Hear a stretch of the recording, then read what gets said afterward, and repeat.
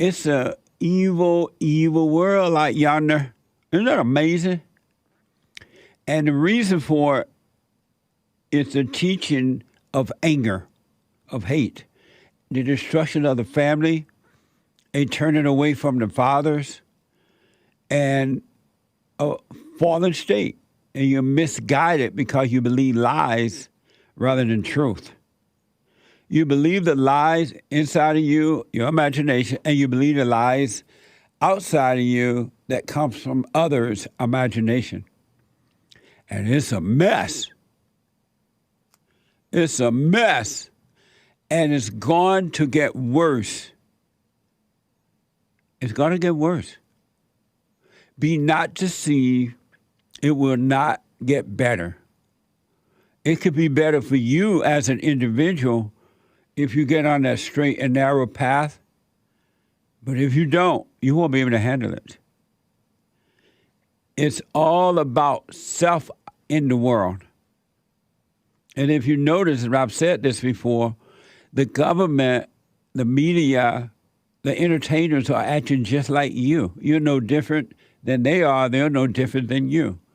They just do a different kind of job, but that's about it. It's the same spirit, the same problems.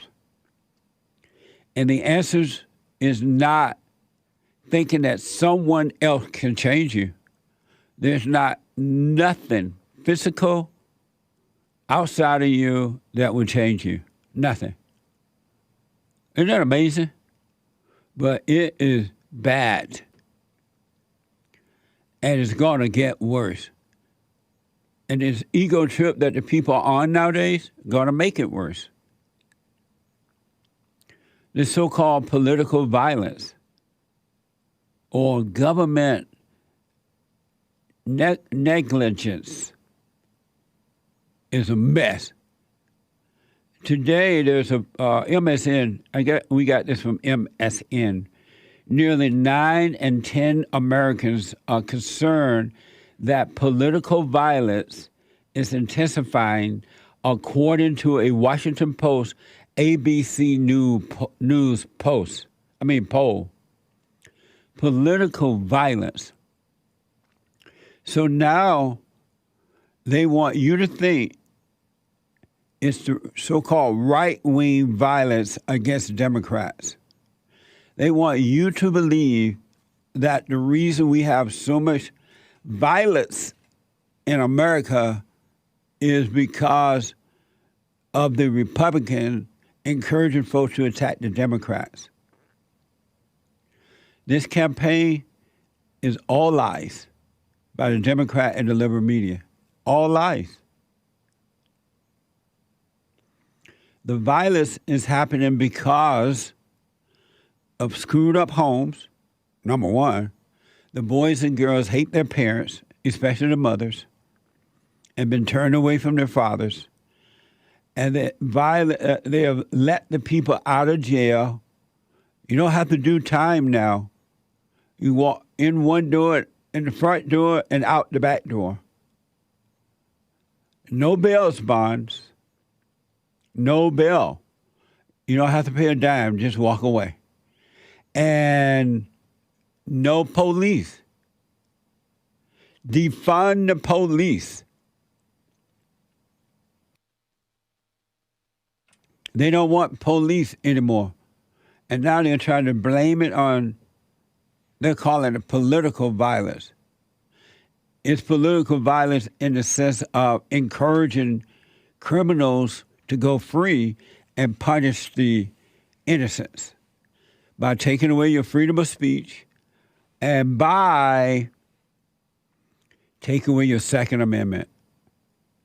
Let the folks out of jail and take away your opportunity to protect yourself. Isn't that amazing? What a mess. And the interesting thing about it, some people, not all, going to believe these lies.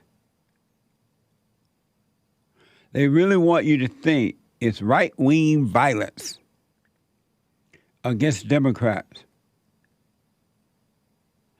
But have you heard about this? have you heard about this? This is from the Chicago Times. Illinois man charged with sending GOP governor hopeful Darren Bailey voicemail death threat. And according to the report, he said to this guy on the voicemail, I know where his kids sleep. I know where his kids sleep. Isn't that amazing? Did you hear about that story? That's not all over the liberal media. I wonder why. Did you hear about that? No, you did not. Another story from the Daily Mail. A shooting at the North Carolina residence of a Republican congressional candidate has forced the politician to evacuate his family in the weighing week of his campaign. Watch this.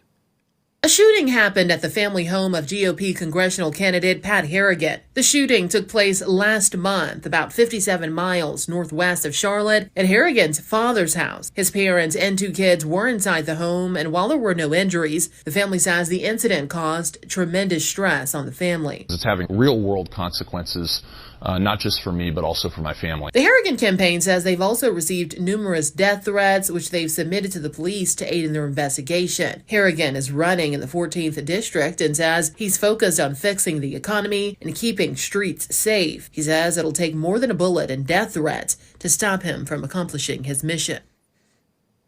Amazing, right? You hadn't heard about that story? I just heard about it this morning. But had it happened to a Democrat, it would be all over the media, everywhere. Everywhere. But they want you to believe it's one-sided.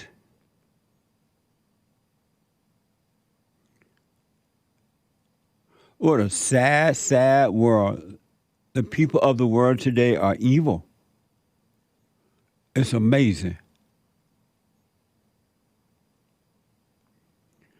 And one of the most interesting things to me that I never imagined that I would see in this country is the fact that the people that we hire to work for us, they are our employees, won't deal with the crime on the streets. They literally want, and they make it possible, they help create crime on the street. On the streets throughout our country. Did you ever imagine that? And then they pretend it's not happening, or they blame it on somebody else. Racism and all kind of crap.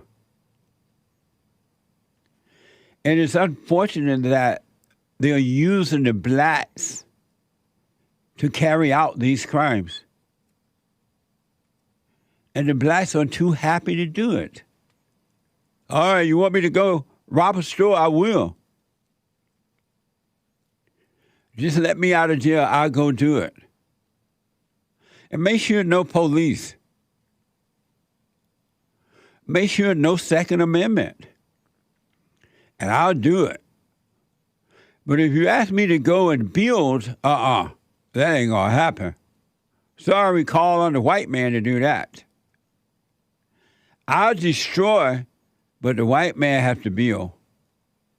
Not capable of doing it.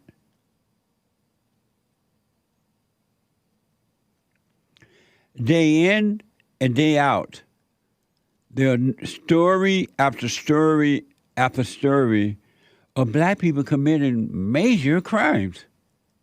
And you don't hear their black politicians or representatives, whatever you want to call them, speaking out against it at all, not one iota. And if they should say something about it, they blame it on the Republican or racism. They blame it on that. They don't say, well, what's wrong with these blacks? Why is it that they're going out doing this?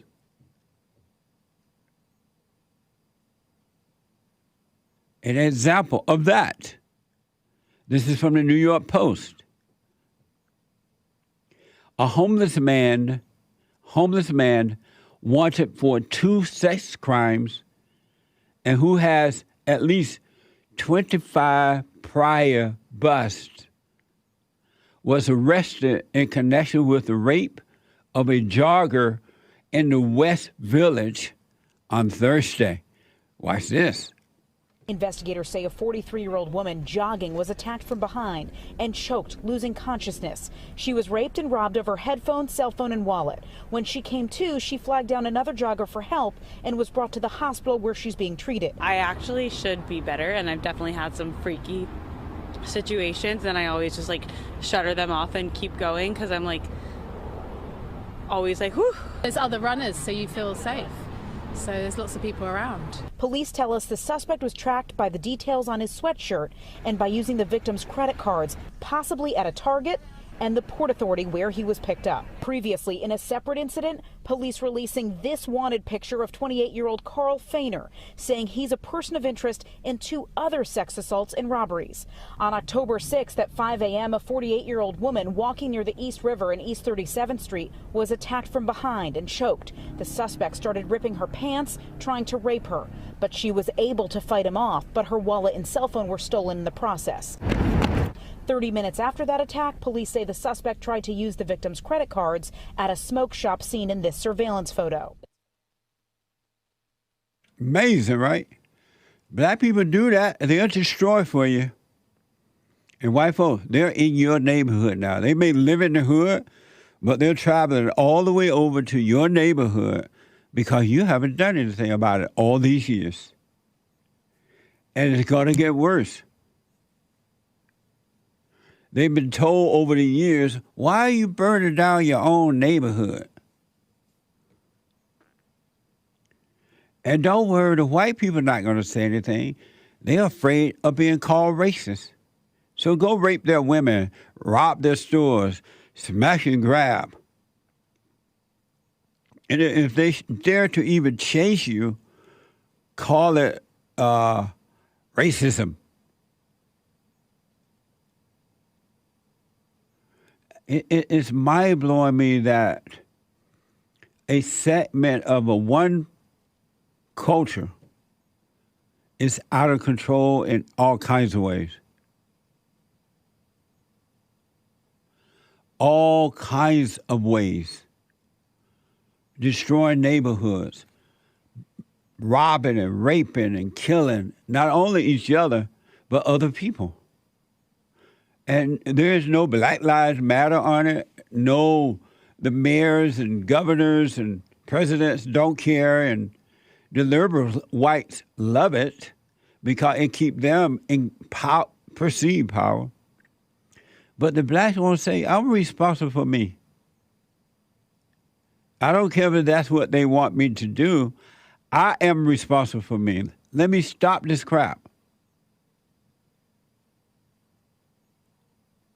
And by the way, I want affirmative action because I'm too lazy and dumb to earn it. And once we get affirmative action, we want reparations, something where I never have to rely on myself. Isn't that amazing? Pew Research, this is from Pew Research, percentage of Democrat voters that see crime as a major issue. 82% of black Democrats see crime as a major issue. 82%, according to the Pew Research.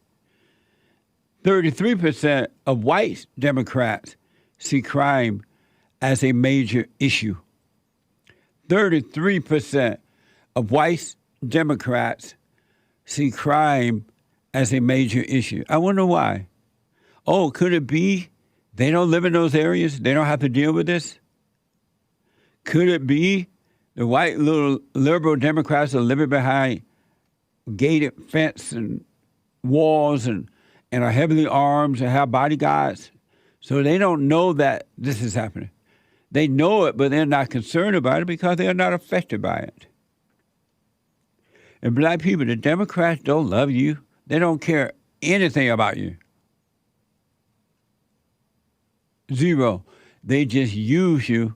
That's why they throw you $1 here and $1 there to keep you on the plantation of the Democratic Party and cause you to feel like a victim. And you think they're helping you. I was born a Democrat, I'm going to die a Democrat, the dumb blacks say. Like that's something to be proud of.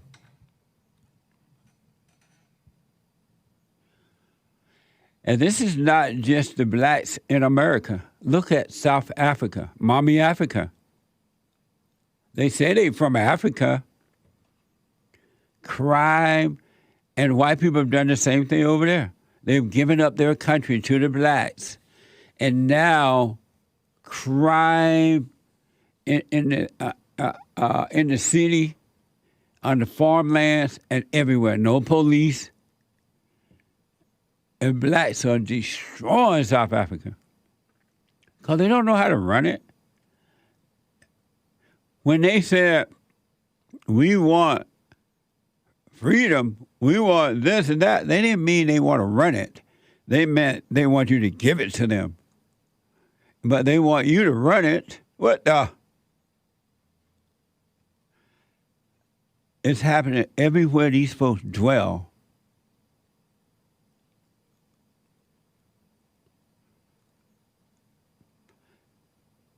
It's crazy. And the interesting thing, these people vote in black politicians, and the black politicians don't say anything about it. They don't even love the black voters enough to say, cut it out.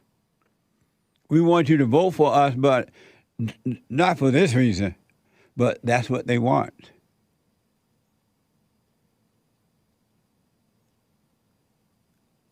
What a mess.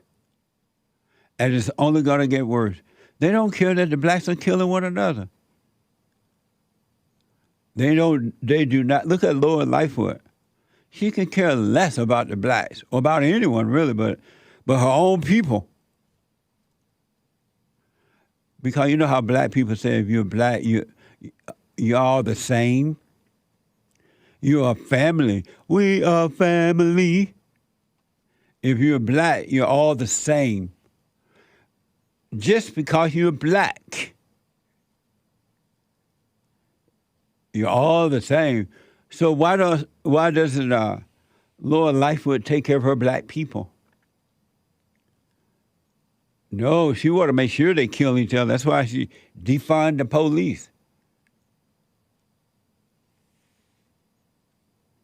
It's a mess. It is a real, it's evil. It's a battle between good and evil. And unfortunately, black people are working on the side of the devil. They love the devil. Not all but most, but they love the devil. They'll be shouting in church, hooping and hollering and dancing and praising the Lord, but in their heart they're praising the devil, and they love it. They pretend to be praising God.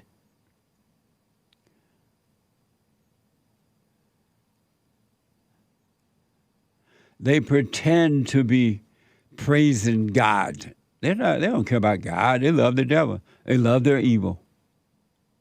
And the proof is in the pudding.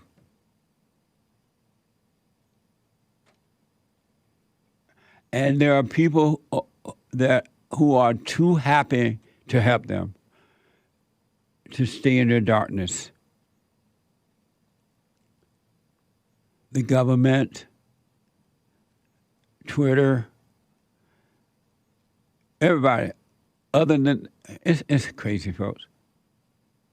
They're too happy to help the blacks stay down and commit crimes and not have to work and not raise their own children and not do this. They're happy to do it. There's this report that is on The Intercept. On The Intercept, internal documents and emails revealed that Facebook and Twitter closely collaborated with the Department of Homeland Security and the FBI to police disinformation on various topics, such as the withdrawal from Afghanistan and the origin of COVID and more. Everybody's the same until you overcome the fallen state. It's evil. They give it a new name so you don't see that it's evil, but it's evil. It's evil. And the Epic Times is reporting. Some media platform, Twitter, some media platform tweeted, social media platform tweeted, Twitter played a critical role in helping Black Lives Matter by organizing and spreading information during the peak of the movement. They were helped in doing it. Black Lives Matter, right? According to an analysis by the Australian National University, which looked at 118 million tweets over a 2-year period from 2020 to 2021. So they were helping Black Lives Matter, according to this report, destroy. They were not helping them to build. And Black Lives Matter were too happy, more than happy to accommodate, to tear down statues, destroy monuments, tear down flags, burn America and other countries. Destroy other countries as well. Black people, you are on this earth for evil. And not all, but most are. Satan is your daddy, and you're on this earth for evil, and the proof is in the pudding. Look at your life, look at your neighborhood, look at your family, look at what you're doing to the country, look at your unwillingness to be an individual, to beg for reparation, beg for affirmative action, nothing for yourself. To hate your fellow man. You're on this earth for evil. And you're doing the works of the devil with joy. And your other evil people, like your politicians, are helping you to do it. And believe me, the Republican Party is no different. They want your vote too, but they don't care about you. They care about beating the Democrats in order to stay in power.